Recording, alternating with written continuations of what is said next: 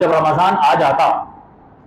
آقا علیہ السلام کے چہرے کی خوشی کا انداز ایسا ہوتا کہ جب 29 شعبان ہوتی یا شعبان کے آخری دن ہوتے، آقا علیہ السلام صحابہ کرام کا اجتماع کرتے، سب کو بلاتے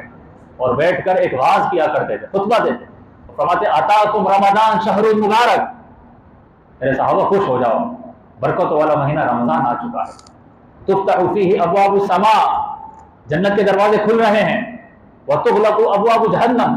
جہنم کے دروازے بند ہو رہے، وسلسلت الشیاطین، اور شیطان کو زنجیروں میں جکڑا جا رہا ہے، واولہ رحمہ،